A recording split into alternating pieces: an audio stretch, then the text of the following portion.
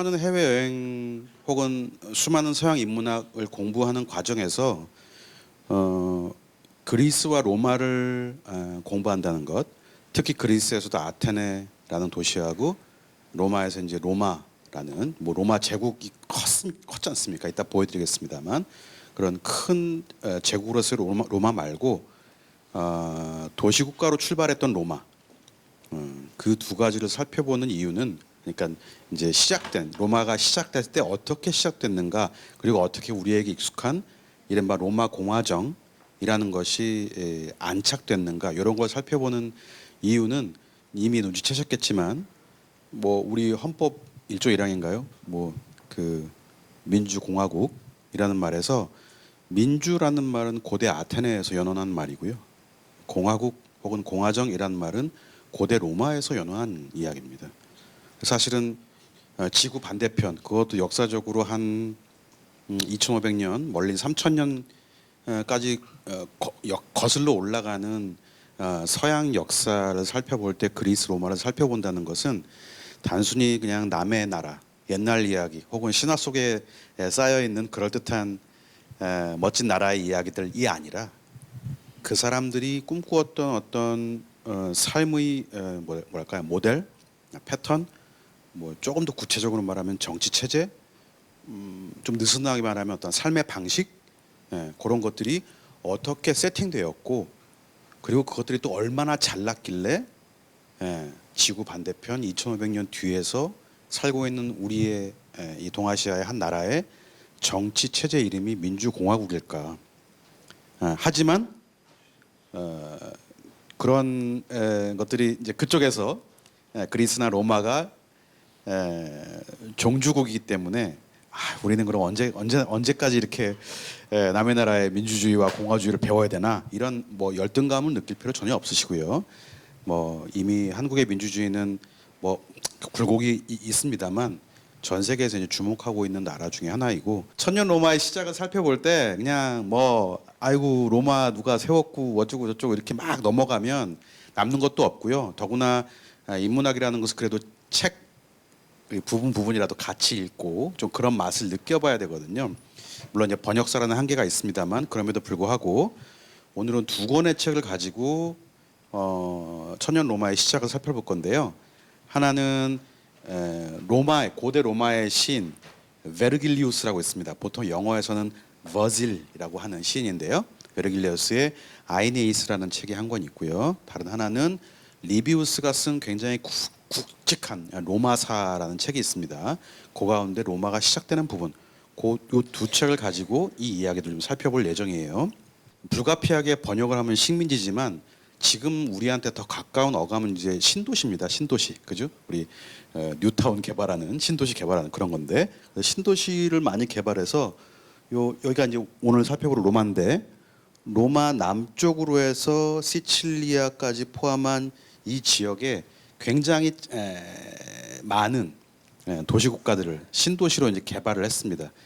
국토가 좁기도 하고, 그다음에 먹을 것도 모자라기도 하고, 그러니까 계속 우리가 지금 화성으로 식민지 건설하러 가듯이 그리스 사람들도 이탈리아 쪽으로 많이 이제 건설을 하러 왔어요. 네이플스라고 하는 나폴리, 그죠? 이름이 어떻게 만들어졌는지 아시죠? 원래 이름은요 네아폴리스였어요. 폴리스는 이제 고대 그리스에서 시작된 아주 독특한 형태의 크지 않은 작은 나라는 5천 명, 많은 나라는 아테네의 경우 한 20만 명까지 되는 크고 작은 사이즈의 이제 도시국가들이라고 말을 할 수 있겠는데요. 그래서 이게 영어로 뉴예요. 폴리스는 폴리스고, 그래서 새로 개척하는 도시의 이름을 네아폴리스라고 지어진 경우가 종종 있었습니다. 그게 이제 아시다시피 이탈리아 말로 굳어지면서 나폴리가 됐어요. 그래서 우리가 올해 제가 내년 1월에 답사할 나폴리야말로 대표적인 그리스의 신도시 가운데 하나였다라는 것도 알아두시면 좋을 것 같습니다. 그래서 요 남쪽을 살펴본다는 것은 그리스의 문화가 이렇게 이사오고 이전되고 이식된 거기 때문에 어떻게 보면 그리스 문명을 공부하는 것이 훨씬 가깝습니다. 그래서 이번에 여행 가는 곳은 여기 보통 마그나 그라이케라고 하는데요. 대그리스 지역이라고 부르는데요. 확장된 그리스니까 여길 중심으로 갈 것 같고요. 오늘 이야기는 다만 로마. 그러니까 지금 그리스의 그리스의 영향을 받지 않은 바깥의 지역에서 새로운 도시가 생기고 그 도시가 아주 독특한 형태로 사람과 사람을 이어가면서 때로는 전쟁을 하면서 때로는 참 마음 아픈 여성을 납치하면서 잘 아시는 일화들이죠. 하면서 이제 발전해 오고 얼마나 커졌냐면 저게 이제 기원 후 117년이니까 위로는 영국 북부 그죠? 밑으로는 아프리카 북부, 동으로는 여기 아시리아 있는 데까지 메소포타미아 다 점령하고요. 북으로는 당연히 말할 것도 없이 이제 완전히 지중해를 뱅 둘러싼 진정한 지중해 맹주가 된 것입니다. 요 로마라고 하고 난 요 작은 도시국가에서 시작한 나라가 도대체 어떻게 이런 대제국을 이뤘을까? 그 출발점은 어땠을까? 이런 것들을 이제 살펴보는 게 천년 로마의 시작을 살펴보는 내용이라고 보시면 될 것 같습니다. 아까 말씀드린 것처럼 이제 베르길리우스의 아이네이스, 그다음에 리비우스의 로마사 요 두 권을 통해서 천년 로마가 어떻게 시작됐는지 살펴본다고 그랬는데요. 일단 아이네이스라는 말은 왜 호메로스가 혹은 호머가 쓴 일리아스라는 말 그 책 아시죠? 혹은 옛날엔 일리아드라고 그랬는데 일리아스는 고대 그리스 말로 이제 일리오스 지역의 이야기라는 뜻이고요. 일리아드는 영문식 표현입니다. 아이네이스는 아이네이아스라는 영웅의 이야기라는 뜻입니다. 그 모험기 그런 뜻이에요. 베르길리우스가 누구고 왜 아이네이스라는 책을 썼는가 그거를 이해하시는 것이 매우 중요합니다.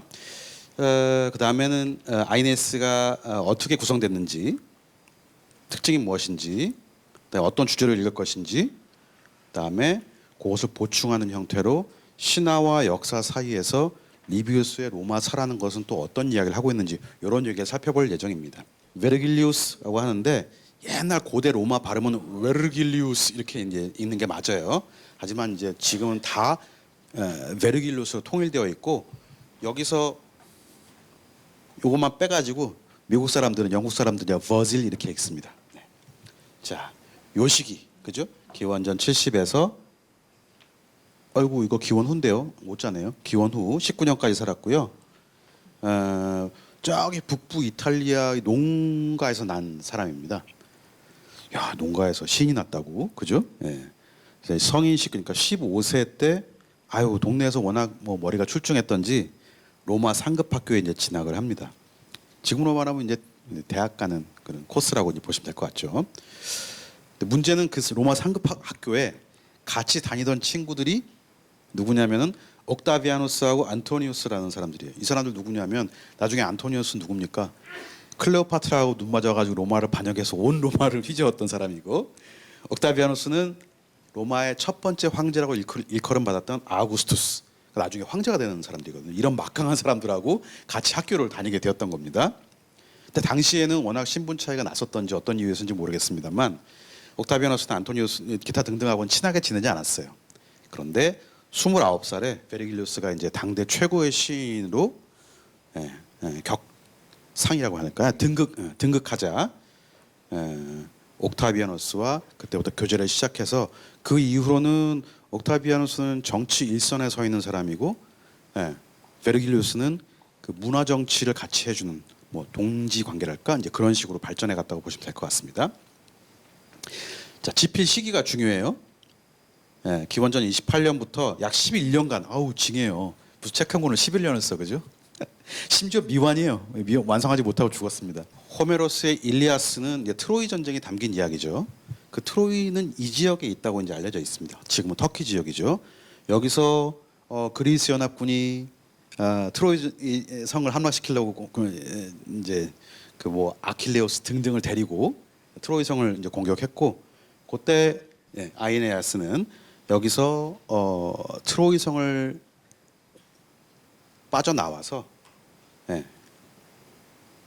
여기 로마 해변 근처에 도달한 다음에 로마를 세우는데 초석을 놓는 이제 그런 인물로 베르길리우스의 아이네아스는 그런 식으로 기록되어 있습니다. 그리고 트로이 전쟁이 끝나고 나면은 그 다음 편이 뭔가요? 일리아스 다음에 오디세이아죠. 오디세이아는 오디세우스 이야기예요. 오디세이아는 오디세우스가 트로이 전쟁을 함락한 다음에 집으로 돌아가는데 제대로 돌아가지 못하고 이 인근을 막 헤매면서 10년간을 또 헤매다가 뭐 집에 돌아갔더니 무슨 청혼자들 어쩌고 기타 등등 그런 얘기들이죠. 거기 이제 일리아스와 오디세이의 배경은 이제 여기가 되겠습니다. 아이네이스도 여기서부터 시작돼요. 그래서 그리스로부터 탈출한 한 장수가 어떻게 로마라는 앞으로 1000년 이어질 도시를 세우는가, 그 이야기가 베르길리우스의 아이네아스입니다.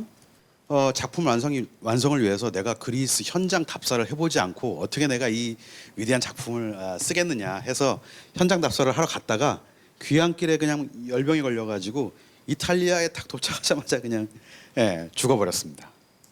그래서 완성 못하고. 그래서 근데 이게 참 묘한 유언이에요. 그렇게 11년 동안 목숨을 바쳐 썼던 원고를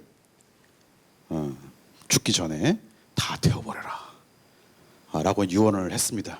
하지만 절대 그렇게 안 되죠. 실행되지 않았고, 친구였던, 그리고 이미 그 당시에는 이제 황제 자리에 올랐던 아우구스투스 황제가 야 이거는 책으로 내야지. 그래서 책으로 냈습니다. 자, 두 책 오늘 다룰 아이네스와 리비우스 로마사 두 책을 보시면 요 기간 이제 써졌어요. 리비우스 로마사도 30년 경부터니까 비슷한 시기에 쓰여졌습니다. 그러면 요 시기가 어떤 시기인가를 로마사 안에서 봐야 되거든요. 아까 말씀드린 것처럼 옥타비아누스가 기원전 29년에 로마를 배신하고 클레오파트라와 그냥 아름다운 삶을 살고 있던 이집트, 거기를 평정을 하고 개선식을 거행한 게 29년입니다. 그리고 기원전이니까 2년 뒤에 아우구스투스라는 호칭을 얻어가지고 사실상 자기는 황제라는 말을 하지 않았지만 시스템 자체는 이제 황제정으로 넘어가는, 그러니까 제정이라고 보통 말해요. 로마 제정. 그때부터 이제 제정이 시작되는데 바로 로마 공화정에서 제정, 황제정으로 넘어가는 요 시기에 요 두 책이 쓰였다는 것. 그리고 중요한 건 당시에 책을 남긴다는 게 쉬운 일이 아니죠. 지금이야 뭐 프린터에 뭐 그냥 누르면 착착 나오지만 당시에 쓴 종이도 어렵고 또 잘못 썼다가 고치기도 어렵고 뭐 여러 가지로 쉬운 일이 아니었습니다. 굉장히 비용도 많이 들고 시간도 많이 들고, 그것을 출판했다는 것은 국가의 의지가 있었다는 것이고, 국가의 의지가 있었다는 것은 아우구스투스 황제가 이거는 나의 치세, 나의 정치적 어떤 바탕, 로마의 어떤 자존심 혹은 자랑, 이런 것들을 충분히 끌어올리는 거라고 이제 판단을 했기 때문에 출판이 가능했을 것이다라고 역추산해 볼 수 있겠습니다. 근데 문제는 또 한때 이 두 차례의 여러 차례의 내전과 바깥의 외적과 또 이집트 원정 때문에 3대에 걸친 전쟁으로 민생이 완전히 파탄돼 있었거든요. 그래서 도대체 어떻게 하면 과거 위대했던 로마를 찬양하면서 현재의 권력을 정당화하면서 미래의 비전을 제시하면서 이 로마 시민들에게, 로마 귀족들에게 어떤 비전, 희망, 또 용기를 북돋워 줄 것인가, 그런 고민들이 저 책에 담겨 있다고 보시면 될 것 같습니다. 아까 말씀드린 것처럼 호메로스, 그러니까 보통 영어로는 호머라고 하고요. 그리스 사람들은 이제 호메로스라고 불렀는데 호메로스와 연관성이 굉장히 커요. 이 아이네스의 구성이 앞부분, 뒷부분 이렇게 구성되어 있는데, 앞부분은 아까 말씀드린 것처럼 패망한 트로이 지역을 떠나서 카르타고에서 방황하다가 이탈리아 반도에 도착해서 정착하는 과정을 쓴 건데요. 요거 사실은 카르타고 포함한 지중해 방황하는 거 누구 얘기입니까? 오디세이 스타일인 거죠. 그다음에 뒷부분은 이탈리아 반도에 도착해서 거기 있던 선주민 원주민들과 전쟁을 치르면서 또 뭐 이렇게 동맹을 맺으면서 어쩌고저쩌고 하는 이야기인데, 전쟁을 치른다라는 이야기는 그러니까 영웅들과 영웅들이 있으니 싸우는 이야기잖아요. 그거는 호메로스의 일리아스를 이제 마음속 염두에 둔 거다. 그래서 그 연대를 이제 잘 안 잡힐 수 있으시니까 그냥 이렇게 생각하시면 돼요. 서양에서 서양 역사에서 최초로 남아 있는 책, 그거는 호메로스의 일리아스입니다. 그 뒤에 오디세이하고요. 약간 좀 이상하죠. 이렇게 종이 쪽지나 뭐라가 남아 있는 게 아니라 완벽한 문법의 완벽한 문학적 작품이 하나 딱 이렇게 갑자기 역사에 등장을 한 겁니다. 호메로스의 일리아스와 오디세이라는 책이 서양 문명에서 최초로 남아 있는 책이지만 뭐 너무나 완벽하고 너무나 위대한 문학이기 때문에 아직도 셰익스피어가 천재냐 호메로스가 더 천재냐 이거 갖고 싸우고 있어요. 1600년에 활동했던 셰익스피어하고 기원전 8세기 아까 말씀드렸죠.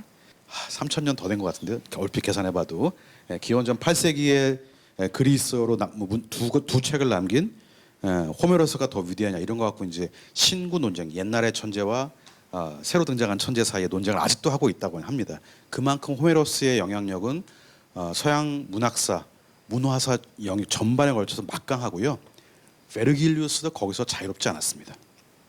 그런데 굳이 이렇게 또 호메로스의 두 책을 앞뒤로 이렇게 연결해가면서 했던 이유는 아까 말씀드린 것처럼 새로 출발하는 로마에 어떤 시민상, 어떤 영웅상, 어떤 경전이 필요한가에 대한 고민의 그 답이라고 보시면 될 것 같습니다. 보시면 호메로스의 영웅, 그러니까 일리아스에 등장하는 영웅 대표적인 게 아킬레우스죠. 아킬레우스가 어떤 캐릭터입니까, 여러분? 일단 싸움 짱이에요. 싸움 무지하게 잘해요. 데리고 가면 골치가 아파. 명령을 안 들어요. 그야말로 양날의 검 같아가지고 꽉 쥐고 흔들려면 내 손이 비고 노찬이 너무 잘 드는 칼이고 막 머리가 아픈 겁니다. 그래서 아가멤논하고 아킬레우스가 맨날 옥신각신 싸우는 이제 그런 장면을 많이 보게 되는데요. 그래서 아킬레우스는 보통 인간의 한계가 어디까지인가를 설정하는 캐릭터라고 봅니다. 예컨대 인간이 전투에서 얼마나 큰 용기를 보일 수 있는가, 그 끝은 어디인가. 반면에 인간이 말을 안 듣고 개차반이면 얼마나 개차반인가. 인간이 금기를 넘길 수 있다면 어디까지 넘길 수 있는가. 기타 등등 모든 인간의 어떤 끝점들을 찍어주는 게 이제 아킬레우스의 캐릭터라면, 오디세우스는 뭐냐면 인간의 간계, 이 계략, 달콤한 혀, 이것이 또 끝까지 가면 어디로 갈 건가. 그리고 또 하나는 그 달콤한 혀 때문에 그 자신이 전쟁 끝나고 얼마나 죽을 고비를 많이 넘겼는가, 이런 것들을 보여주는 것, 그런 이제 캐릭터라고 보시면 될 것 같습니다. 그래서 요 두 아킬레우스와 오디세이 혹은 일리아스와 오디세이라는 두 이야기를 짬뽕시켜 가지고요, 로마식 영웅과 경전을 창출해내는 것. 그래서 아까 말씀드린 것처럼 새로 출발하는 로마에 과거의 영광을 품고 그다음에 현재의 새 출발을 정당화하고 미래의 비전을 제시하는 것. 요게 이제 베르길리우스의 과제였고, 그래서 아우구스투스 황제도 그걸 출판했을 것이다라고 볼 수 있겠습니다. 한국에 지금 쓸만한, 참 이렇게 말하니까 좀 거만한데 쓸만한 번역서가 세 권 나와 있어요. 하나는 이제 얼마 전에 작고하신 천병현 선생님의 번역이고요. 한국에서 최초로 라틴어 원문을 번역해서 낸 책이기 때문에 그 자체로 너무나 의미가 깊고 이 천병현 선생님 덕분에 한국의 많은 고전을 좋아하는 사람들이 정말 새로운 번역, 새로운 고전의 맛을 이제 깨달을 수 있었습니다. 베르길리우스는 시인이었고, 그래서 아이네이스를 전체 완벽한 시로 썼거든요, 운문으로. 근데 이제 이걸 한글로 옮겨 놓으면 예컨대 서양의 운문이라는 건 예컨대 이렇습니다. 예컨대 막 이렇게 시를 써요. 그다음에 시를 쓴 다음에 막 시를 쓴 다음에 이렇게 이제 요새로 말하면 라임, 각 운을 이제 붙여서 이 말 끝마다 이제 리듬을 살리는데, 더 놀라운 건 여기가 예컨대 다 11음절이다. 그러면 처음부터까지 계속 11음절로 끝까지 쓰는 거예요. 여기 가군을 맞춰가면서 완벽한 운문으로 되어 있기 때문에 한글로 이렇게 또 번역해 놓으면 그 운이 안 맞아요. 행가리는 해놨습니다만, 그러나 뭐 행가리 명가리 한다고 시가 되나요? 그죠? 자, 그것을 극복하기 위해서 김남우 선생님이 이제 다음 세대죠. 천병현 선생님 다음 세대인데 지금 한참 번역 많이 하시는 분이에요. 한글도 막 파격으로 줄이고 막 붙이면서 이제 12음절을 맞춰놨어요. 그래서 읽으면 또 음절은 맞는데 이게 무슨 뜻인지 너무 줄여놔가지고 또 그런 단점이 있습니다. 독일 사람 요 아우구스트 레시너라고 하는 사람이 릴라이팅한 고전인데, 요거는 야 그거 어차피 원문으로 다 안 되니까 소설로 바꾸자. 그래가지고 아예 산문으로 다 바꿔서 번역한 책입니다. 잘 읽혀요. 이것도 괜찮습니다. 오늘은 아마 천병희 선생님 번역으로 여러분들 소개해드릴 것 같아요. 자, 아이네스. 이게 말하자면 서양 역사에서, 서양 문학사에서 가장 중요하고 가장 유명한 문장들의 첫 문장들이에요.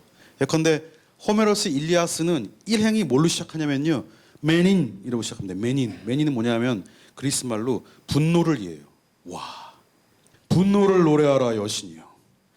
펠레오스의 아들 아킬레오스의 이제 우리말 순서는 분노를 이렇게 됩니다.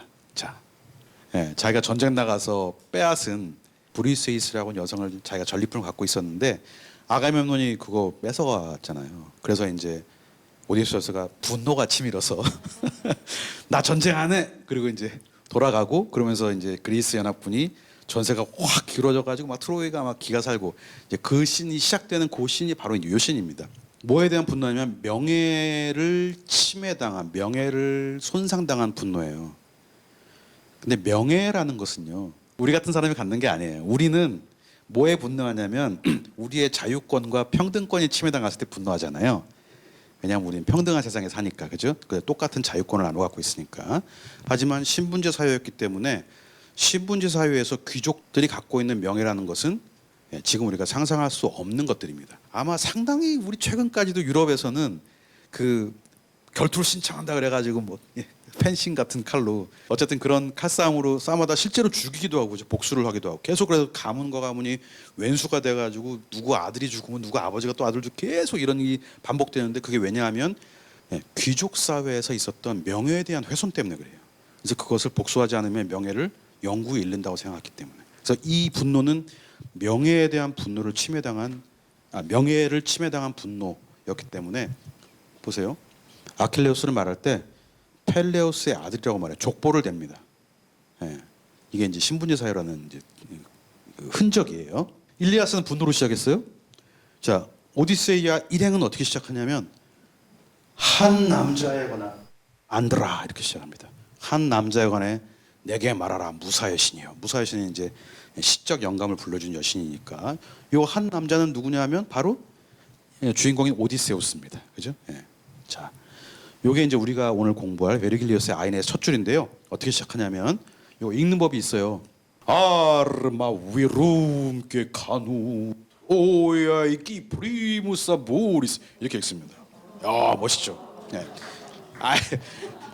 문학에서는 원래 지역어를 쓰는 것, 그 다음에 고조정당을 살리는 것 굉장히 중요한 일인데, 무슨 말이냐면 아직도 얘네 말들은 고조장단을 유지하고 있어서 읽으면 그대로 바로 노래가 되고 시가 됩니다. 그리고 요 높낮이에 맞춰서 작곡도 하고요. 그래서 대충 우리 오페라 같은 거 들으실 때 아무렇게나 막 부른 것 같고 아무렇게나 작곡한 것 같지만 이 고조장단을 다 생각해서 작곡을 해요.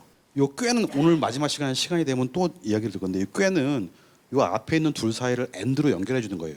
그래서 아르마 에트 위룸이라는 뜻입니다. 무슨 뭐냐면 아르마는 우리 그렇죠? 무장하는 거. 그다음에 위룸은 남자예요. 그래서 아르마, 이건 그리스어고 라틴어죠. 아르마는 무장들, 그러니까 우리가 말하면 그냥 무장입니다. 근데 무기들 이것도 되고요. 그다음에 위룸은 한 남자예요. 보세요. 무장, 일리아스의 전쟁 이야기를 가져온 거고요.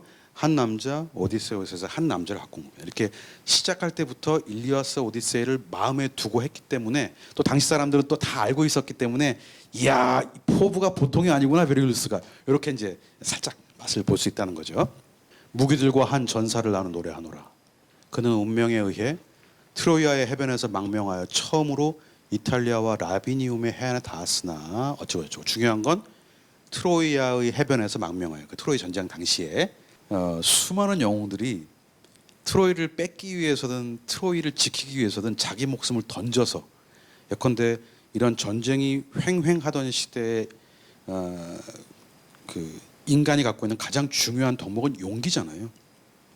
용기를 신적인 경지까지 끌어올려서 적과 싸우고, 그러다가 밀리면 도망가는 게 아니라 그 자리에서 장렬하게 죽어야 되는 겁니다. 그래서 일리아스를 읽다 보시면 참 묘하게 얼마나 멋있게 싸우느냐 보다는 얼마나 장렬하게 죽느냐를 매우 그 약간 소름 끼칠 정도로 자세히 묘사를 해놨거든요. 죽을 때 어떻게 죽느냐, 그게 용기의 크기입니다. 그러니까 자기 조상이 트로이아 전쟁에서 도망온 건데 요 도망자로서의 비굴한 모습이 아니라 어떻게 이거를 좀 멋있게 각색할까, 요게 이제 과제인 겁니다. 계속 그런 식으로 돌아가요.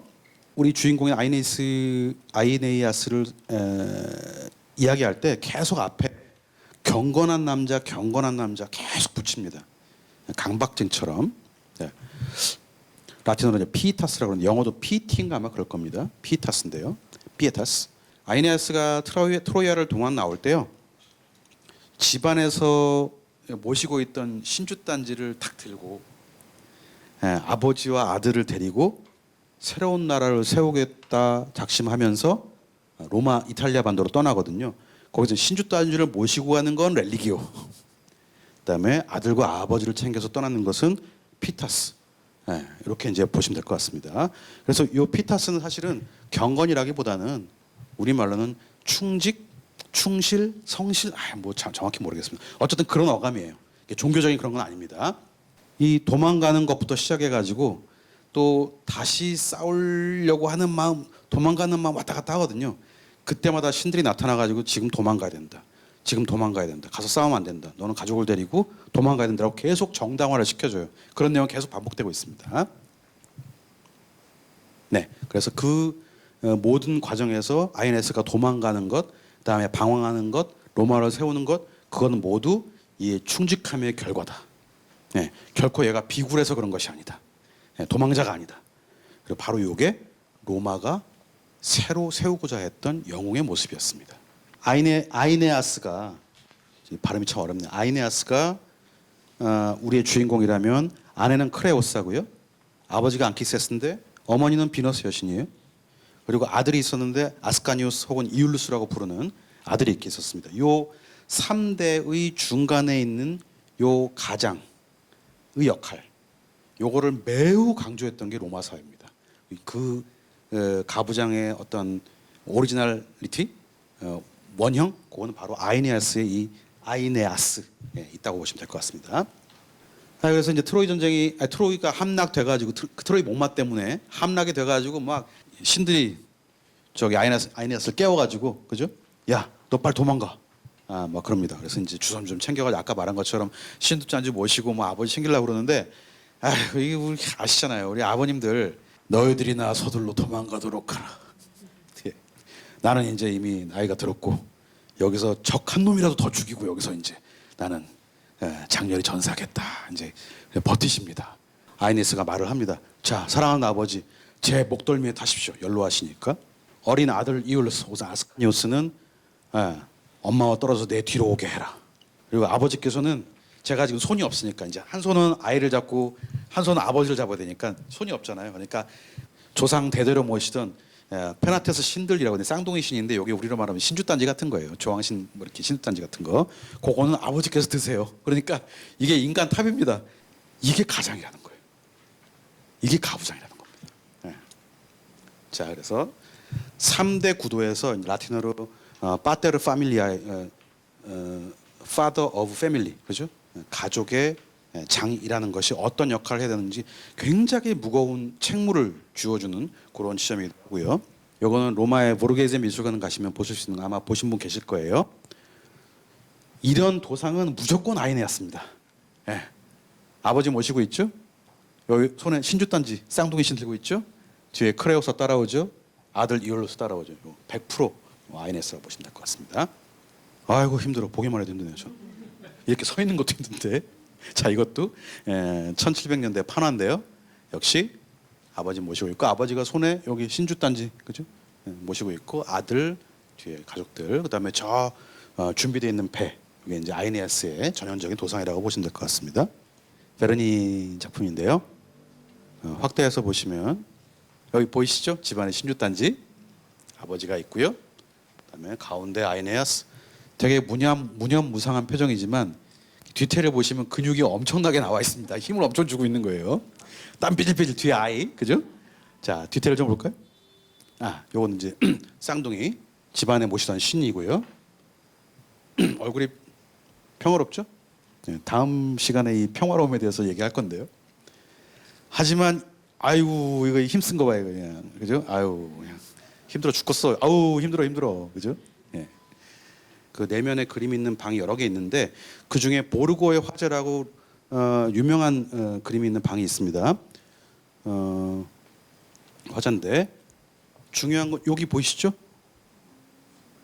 예.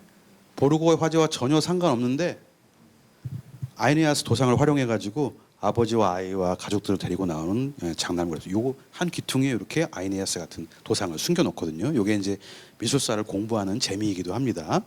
아내를 잃은 채 방랑길에서 이제 3대가 카르타고에 도착을 해요. 카르타고는 우리 이제 시칠리아 섬 바로 건너편에 지금 튀니지아 거기 그죠? 예, 옛날에 카르타고 거기에 이제 도착을 했는데 이제 여기 유명한 일화잖아요. 여왕 디도 당시에 이제 카르타고의 여왕 디도가 이 한눈에 또 반합니다. 그래가지고 야 여기 정착해라. 내가 이 모든 나라를 너와 함께 다스리겠다. 난민 그죠? 난민 상황인데 아니 여왕이 왕으로 맞이겠다는 게 얼마나 좋아요. 하지만 민족 중흥의 역사적 사명이 있죠. 아직 있지도 않은 로마를 세워야 됩니다. 그래서 디도 너무 좋은데 나 가야 돼 빨빨. 예, 디도를 떠날 때 뭘 강조해야 되나요? 충직함. 또 써놨어요. 경건한 아이네스는 예, 인간사의 의무를 다해야 되기 때문에 아이네스는 괴로워하는 그녀를 달래고 진정시키고 싶었다. 하지만 뭐 신음하면서도 결국 떠났다라고 전해지고요. 그러자 불행한 디도는 그죠? 디도는 이제 여왕이죠. 운명이 두려워 정말로 죽음을 기원했고 여러 가지 이야기가 펼쳐지는데 결국 디도는 자살해서 죽습니다. 우리 바로크 음악 하면 보통 이제 요한 세바스찬 바흐를 많이 이제 생각하시잖아요.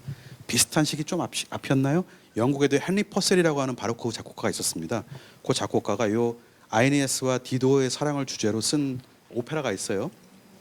디도의 사랑이라는 거기서 마지막에 디도가 죽을 때 내가 땅에 묻히거든 Remember me 나를 기억해줘라고 하는 아주 유명한 곡을 써서 많은 사람들 마지막 눈물을 흘리는데요. 오늘 쉬는 시간에 그거 좀 틀어놓고 잠깐 한 10분 쉬었다가 계속 이어가도록 하겠습니다. 잠깐 쉬시죠.